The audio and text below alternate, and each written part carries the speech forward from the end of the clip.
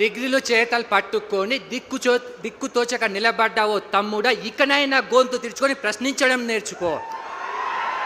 జిందా high తో మర్నా సీకో, కదం కదం సే లడ్నా సీకో.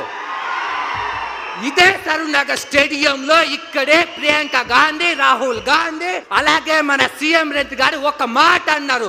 ఆ మాట ఏంటో తెలుసా? మా ప్రభుత్వాన్ని తీసుకొస్తే 2 లక్షల ఉద్యోగాలు ఒకే సంవత్సరంలో భర్తీ చేస్తున్నారు.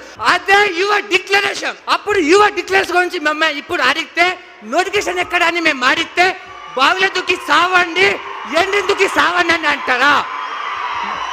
మేము అడిగింది ఏంటి?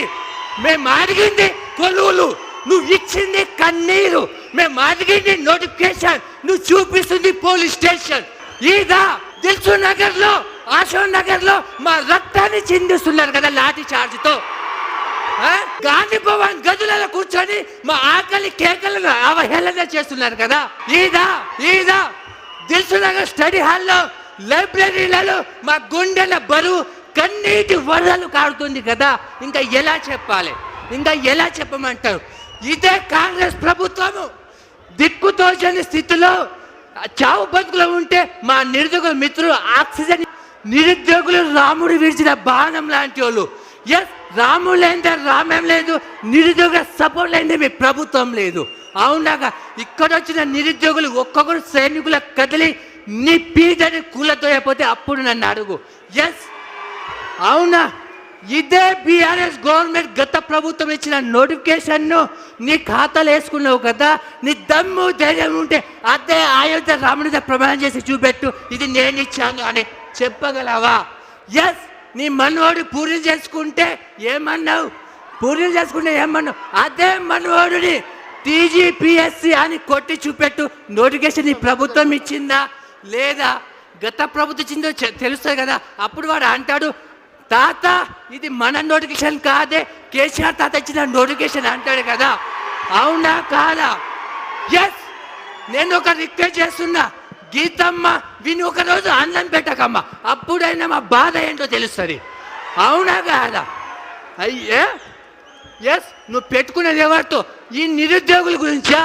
ఈ నిరుద్యోగులే పడిపోతున్న నీ కాంగ్రెస్ జెండాను భుజంపై మోసి ఒక్కొక్కట్ల మా జీవితం ప్రాణం పెట్టి పత్తి చేనులో కాలు మొక్కి నువ్వు ప్రభుత్వాన్ని తీసుకొస్తే ఏమంటావు? పేడ్ ఆర్టిస్టా? మేం పేడ్ ఆర్టిస్టా? కెమెరా అక్కడ తిప్పండి, వీళ్ళు వచ్చిన నిరుద్యోగులు పేడ్ ఆర్టిస్టా తెలుస్తుంది. వీడి కళ్ళలో కాలం పడాలి, వీడి కళ్ళ మంట పడాలి. అవునా? ఏ నిరుద్యోగులు అయితే నువ్వు తప్పుగా మాట్లాడినావు, అదే నిరుద్యోగులు శూన్యం నుంచి సునామీని సృష్టించి తెలంగాణ తెచ్చిన వాళ్ళము.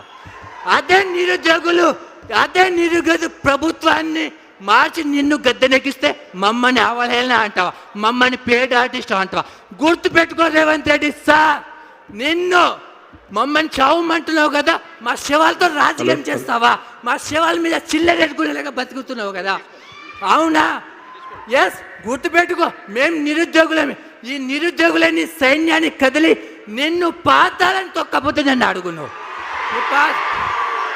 ఎస్, ఈ నిరుద్యోగులమే ఏమన్నావు? కాంగ్రెస్ వస్తే మార్పు వస్తుంది. ఆ మార్పు ఏంటో తెలుసా సార్?